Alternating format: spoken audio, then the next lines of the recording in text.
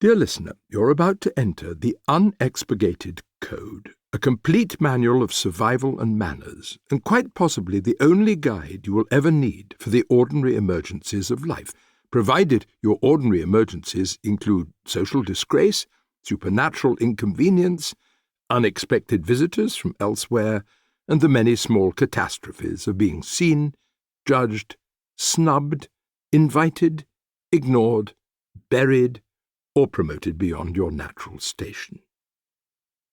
First published in 1975, J.P. Donleavy's book has lost none of its usefulness, assuming one defines usefulness broadly enough to include moral panic, aristocratic delusion, and the proper deployment of the phrase, "to hell with that shit." It is, in form, an advice book. In spirit, it is a gorgeously improper survival kit for the socially bruised, the upwardly mobile, the downwardly sliding, and anyone who has ever suspected that human conduct is mostly a badly catered party at which nobody knows quite where to stand. The New York Times, revisiting the book on its 50th anniversary, asked whether this might be the funniest book ever written, praising it as a satirical advice guide that clocks the absurdities of human conduct with uncommon precision. And indeed, if you are not to the manner born, have been snubbed in public, are concerned about the nearby arrival of a flying saucer, or fear you may one day be exorcised without having dressed for the occasion, Donleavy is your man. So prepare yourself. What follows is counsel of the highest impracticality, delivered with absolute confidence. Some of it may save your life. More of it may ruin your reputation. Nearly all of it will leave you better armed for the next awkward moment civilization throws at you. Proceed, therefore, with dignity. Keep your accent ready, your gloves handy, and your sense of proportion safely locked away. Social climbing. Upon being not to the manner born.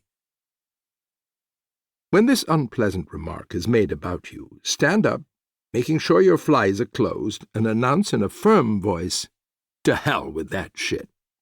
You may add, with a hint of hurt modesty flavoring the voice, "I was born, wasn't I? And that's enough for me." Of course, your opponent's high-pitched riposte will be, "But, sir, that is not enough for us." Sit down and think. A valuable antique chair helps. Cross your legs and pull up your socks. Right away, if your socks are white or otherwise bright, you are in trouble unless you happen to be in yachting or tennis gear. In these latter equipage, you can assume you are not entirely without hope. Examine your background. If you really stare it straight in the status, it's surprising the amount of dignity which can be salvaged from the unvarnished truth. Even from the unmitigated wrong side of the tracks, or floor of the apartment building, there's bound to be something that will entitle you to make an effective reply to the lousy remark above. This is why everybody should research around a little in his lineage. Back far enough or out to the side, someone must have been something once. For orphans who do not know who their parents were, this is sad, but by no means socially fatal, and affords you a fresh start. If you have received a Red Cross life-saving certificate, riposte pronto with this information.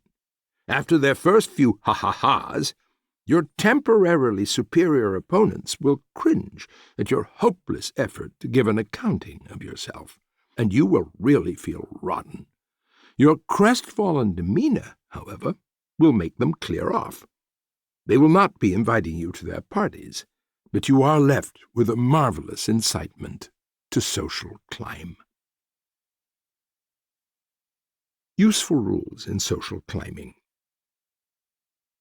Sketch out and firmly keep in mind your own personal dreams of grandeur, in which circumstances you figure you will be when you finally get there.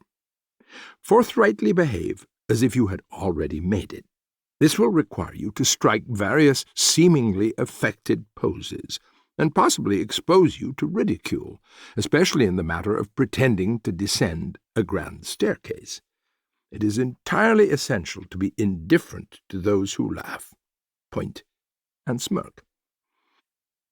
Impose a limit upon the speed at which you socially rise. This makes your ascent more graceful. Plus, you do not always find yourself surrounded by a bunch of total strangers, which can happen when you're sped right by everybody. Also, any calm casualness by which you can proceed will recommend you to the discerning eye of other dedicated climbers.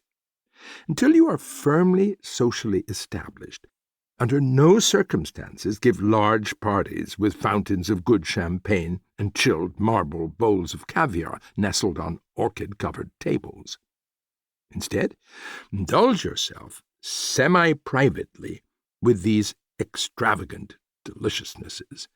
When you get a lot of your folk crammed in your house slamming back the goodies, a socially demeaning conspiracy could get going against you, as well as firm friendships which depressingly exclude you. The smile ranks only after money and ass-kissing as the major tool in climbing. It is recommended to smile as often as you can without appearing like a nut. Should someone accost you to say they do not like your smile, wait until you are both on safari, when a lot of suitable ripostes connected with camels will rapidly come to mind, and the setting will lend a helpful hand to the thrust. Be easily amused. This is a socially superior characteristic, only improved upon by being highly amused. But for your own safety, it is as well to temper this latter quality by never explosively convulsing with laughter, except in the presence of established intimates. If, however, you are temporarily not easily amused, and someone who may be of social advantage has put much effort into the telling of a joke, make every effort possible to remark, "Hey, that's really rich." The greatest social strides forward are always made by unhesitatingly letting people know straight to their faces how wonderful they are, especially in the matter of their apparel. "Gee, I like the roll on your lapels, I really do." The phrase, "I really do," offers reassurance to a guy who is not entirely certain his lapels enough for the birds and thinks you're spoofing him. Also, it provides an air of surprise that you couldn't help blurting out your feelings. This is helpful when a member of the socially elite is suspicious of you. Small expletives such as "gee," "hey," and "boy, oh boy," can always help make your remarks endearingly credible, when they might otherwise come dangerously close to gross insult, as happens when these small expletives are repeated more than once. Don't look back. The faces are not nice to see.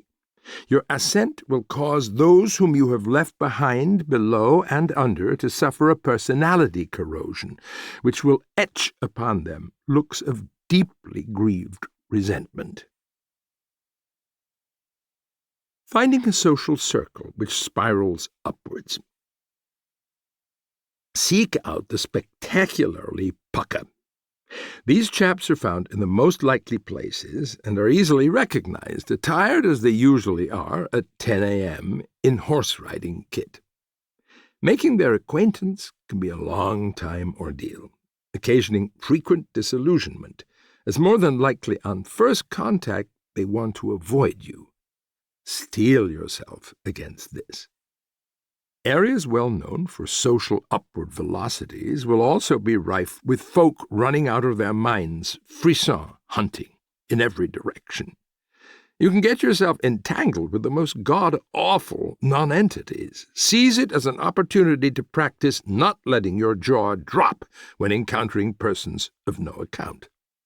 This is helpful when you finally happen upon the spectacular pucka who is temporarily amusing himself by pretending a much lower social status. Often his signet ring and footwear is a dead giveaway. Train yourself to recognize these, as well as the telltale old ducks and partly stained but clean T-shirt. He'll be drinking a beer and relishing the opportunity of being away from household servants and estate workers. And remember, as he is taking time off from the corporation boardroom where he presides as chairman, the last thing he can stand is a stuffed shirt. But he will welcome the company of a real, down-to-earth, regular guy.